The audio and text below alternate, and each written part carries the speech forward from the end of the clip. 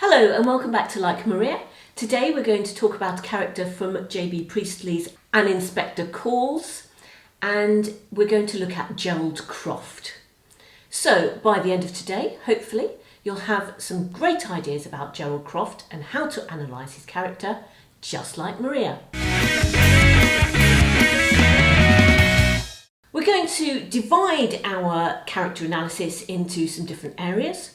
We're going to look at Gerald's attitude to women, his business attitudes, the idea of him being, or him portraying himself as a good Samaritan and a fairy prince, one or two unpleasant edges that he has in his character, his attitude to his role in the suicide of Eva Smith or Daisy Renton, and the idea of responsibility. So let's start off with Gerald's attitude towards women. One of the first things to note is the language he uses around women and to describe them. He frequently talks about a girl or the girl. This is quite a derogatory way to describe Eva or Daisy as he meets her. We know that she's in the Daisy Renton name that she uses. He talks about women of the town. He talks about Daisy being different because she was very pretty. So all these ways of describing women are quite derogatory and demeaning of women.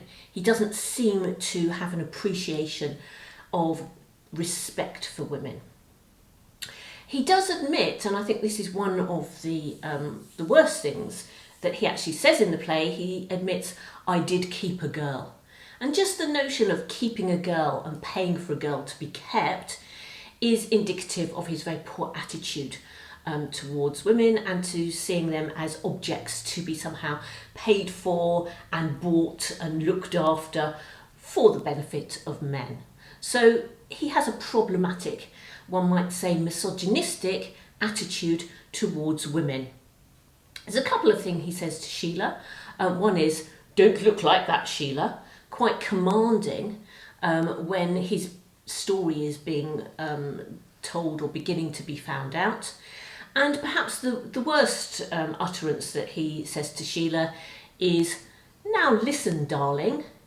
So in his interactions with women, as well as the way he describes women, he has a very poor attitude.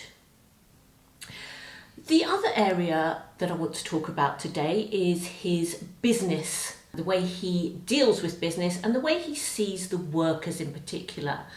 I've got three quotations that I think you should definitely look at here. When he's talking to Mr. Burling about the workers, and he talks about them, they'd all be broke if I know them, suggesting that he thinks he's superior, that he knows his workers, and making a very judgmental comment about how the workers might have spent their money.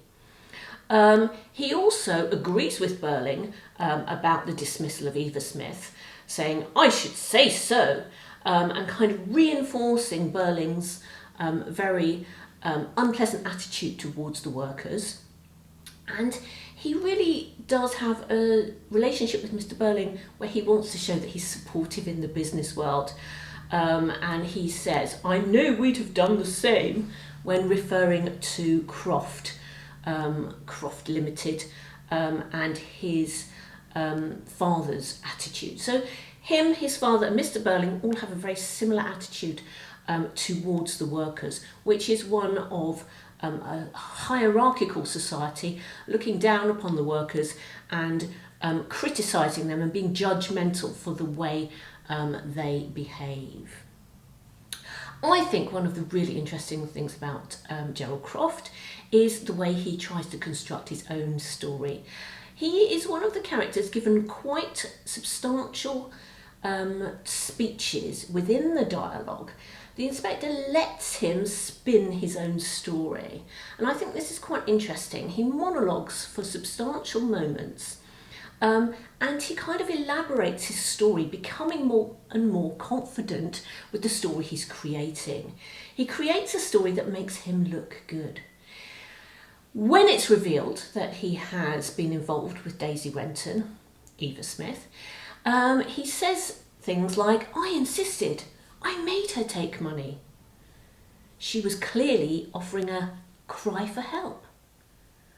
I said, she'd better let me take her out of there. So he creates this narrative around his role that suggests he is a type of Good Samaritan and that he is very caring. And obviously it's for the audience to judge whether or not this is the case, but we suspect that he is really trying to perform in front of Sheila. And I think that's really important to think about. The way he performs, he is an outsider coming into the family and he wants to make certain impressions.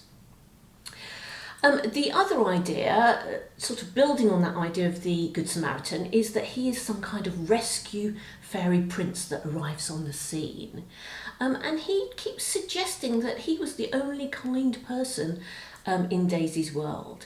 He says, she felt I was interested and friendly. I became at once the most important thing in her life. And that's a very arrogant thing to say, that she has nobody else other than this man who has rescued her from a bar. And lastly, she told me she'd been happier than she'd ever been. So these are all things that he says that kind of suggests that he is better than the other characters on stage. He has done something very positive. He made her happy. In contrast to this, I think there are moments in the play where he is very, very unpleasant. He, as I've said, is very misogynistic, but he talks about, particularly, he says this really harsh quote, "I hate those hard-eyed, dough-faced women."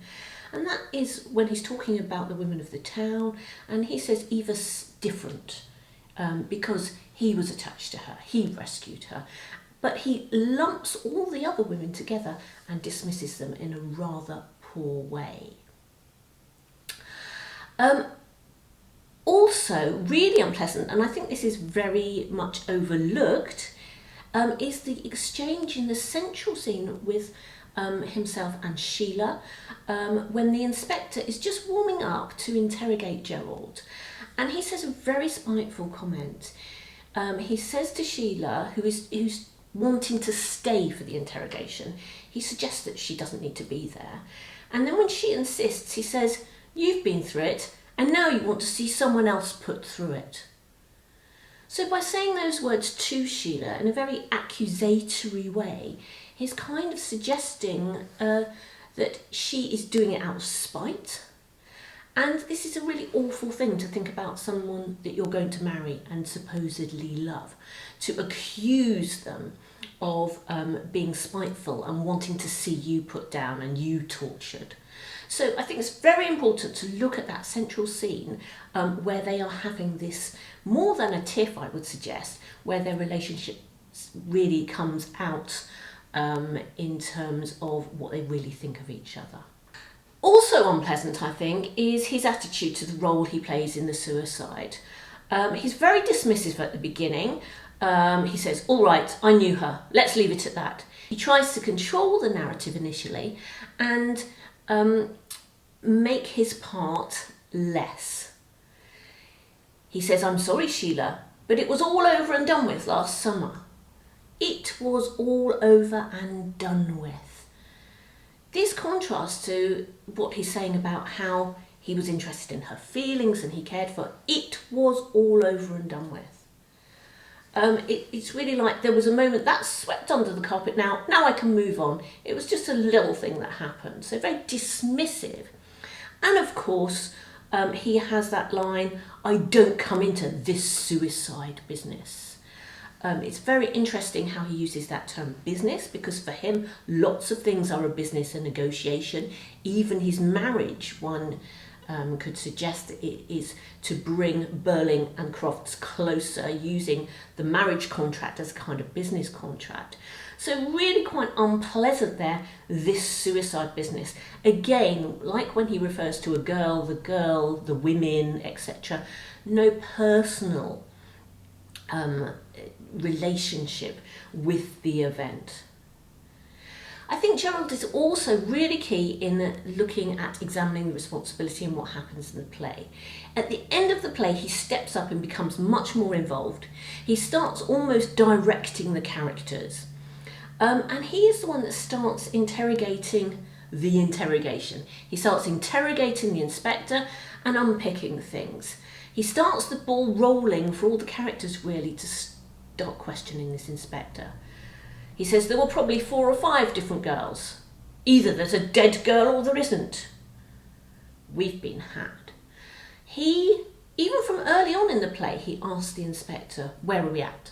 Things like that he moves the interrogation forward, but he also grows in confidence, and eventually, before the very end, of course, he is kind of established in his role as sorting things out, finding the truth.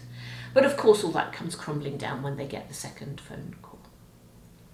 So I'm hoping today that you have begun to analyse Gerald Croft just like Maria.